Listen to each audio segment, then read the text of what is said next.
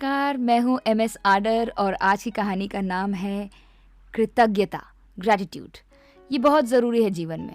क्यों? क्योंकि हम जितने ज़्यादा कृतज्ञ होते हैं, हम उतने ज़्यादा आभारी होते हैं, हम उतने ज़्यादा डाउन टू अर्थ बनते हैं और बहुत खुश रहते हैं। और जो इंसान खुश रहता है, उसका दिमाग शांत रहता है और वो सारे अच्छे अच्छे काम करता है और वो सक्सेसफुल होता है। तो आज की कहानी दो बहनों की है, रूही और संघमित्रा। दोनों बहुत ज़्यादा अच्छे, चुलबुले और मज़ेदार स्वभाव के थे। एक साथ खेलते थे, एक साथ गाते थे, उठते थे, बैठते थे, स्कूल जाते थे। दोनों में 3 साल का अंतर था। लेकिन रूही में एक दिक्कत थी। रूही हमेशा कुछ न कुछ बुराई करती ही रहती थी।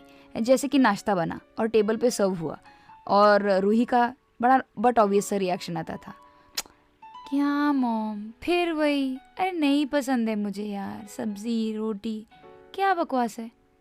और वहीं दूसरी ओर संघमित्रा, अरे वाह थैंक यू मॉम, ये सब्जी रोटी मुझे बहुत पसंद है। एक तो बनाना कितना मुश्किल है, मैंने ट्राई किया था रोटी बनाने के लिए, बड़ी दिक्कत होती है, यहाँ तो बैठे बैठे ही खाने को मिल रहा है। इस तरह के एटीट्यूड से धीरे धीरे रूही अलग ही दिशा में चलनी पड़ी। वो हमेशा चीज़ों में खामियां ढूंढती थी। ज़िंदगी वैसे ही बहुत ज़्यादा मुहाल है, उसमें भी हम अगर खामियां ढूंढना शुरू करें तो ज़िंदगी बहुत मुश्किल हो जाती है। और यही हुआ रूही के साथ में। स्कूल अथॉरिटीज़ आए दिन उससे परेशान रहती थी। क्यों? क्योंकि वो क्लास में पढ़ने की बजाय बातें करती थी। और बातें भी क्या, फैकल्टी ने मुंह खोला नहीं कि रूही के कमेंट चालू हो गए। बस एक दिन उनके पेरेंट्स को बुलाया गया।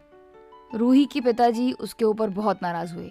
शेखर ने कहा, क्या है रूही ये सब? मैडम बोल रही थी कि तुम हमेशा क्लास में बात करती रहती हो, क्यों इतना बोलती हो? अरे यार, pay attention in the class. हम लोग तुम्हें साल का 1 लाख रुपया भर रहे हैं ताकि तुम इंसान बनो, कुछ अच्छे स्किल सीखो। तुम होती कौन हो इतनी बातें करने वाली क्लास में? हाँ, और आखिर बातें क्या हैं, मैं भी तो सुनूं। वो पापा, मैं वो बेकार पढ़ाती हैं पापा, तो मैं फिर कुछ न कुछ बोल देती हूँ। जब मुंह हिलता है तो उन्हें लगता है मैं बातें कर रही हूँ, पनिशमेंट मिल जाती है और फाइनली उन्होंने आपसे शिकायत कर दी। क्या पापा, आता वाता तो कुछ है नहीं, जाके इंटरनेट से डाउनलोड कर लेती है प्राइवेट में पीपीटीज और फिर वही पढ़ाती रहती है। कुछ भी नया नहीं पढ़ाती पापा, मुझे एकदम बकवास लगता है, मन ही नहीं करता कुछ भी करने का। सुलक्षणा ने कहा, बेटी ऐसा नहीं होता है, वो तो हर जगह का होता है। लोग थोड़ा सा, अब क्या कहा जाए, जाने दे, तू क्यों बुराई करती है? अरे जाने दे, इसी बात से ग्रैटिट्यूड व्यक्त कर कि थैंक गॉड इतना अच्छा स्कूल है जहाँ पे स्वच्छ वातावरण है। उससे ज़्यादा क्या सोचना है बेटा, और क्यों इतनी बातें करनी है? अब तेरी ये फितरत बन गई है। वहीं पे देख संघमित्रा को, उसी स्कूल में जा रही है, आराम से अपने स्किल डेवलपमेंट कर रही है। वो पढ़ाएं ना पढ़ाएं उसमें क्या करना है? तू जा बेटा, अपना रिविजन ही करके मान के आ जाए कर। क्यों इतना बोलना है? तुझे समझ में नहीं आ रही, तू अपने नुकसान कर रही है। स्कूल कॉलेज किसी का कुछ नहीं बिगड़ना, बिगड़ना तेरा है। क्यों? क्योंकि तू ग्रैटिट्यूड व्यक्त नहीं करेगी, थैंकफुल नहीं होगी, तो अंदर ही अंदर कुढ़ती रहेगी। और जितना ज़्यादा कुढ़ेगी उतना ज़्यादा तेरे अंदर एक प्रश्न जागेगा जिसको कहते हैं व्हाट इज़ द यूज़। और ये प्रश्न बहुत ख़तरनाक है। करते करते तुझे कुछ भी अच्छा नहीं लगेगा और सब कुछ बर्बाद हो जाएगा मेरे बच्चे।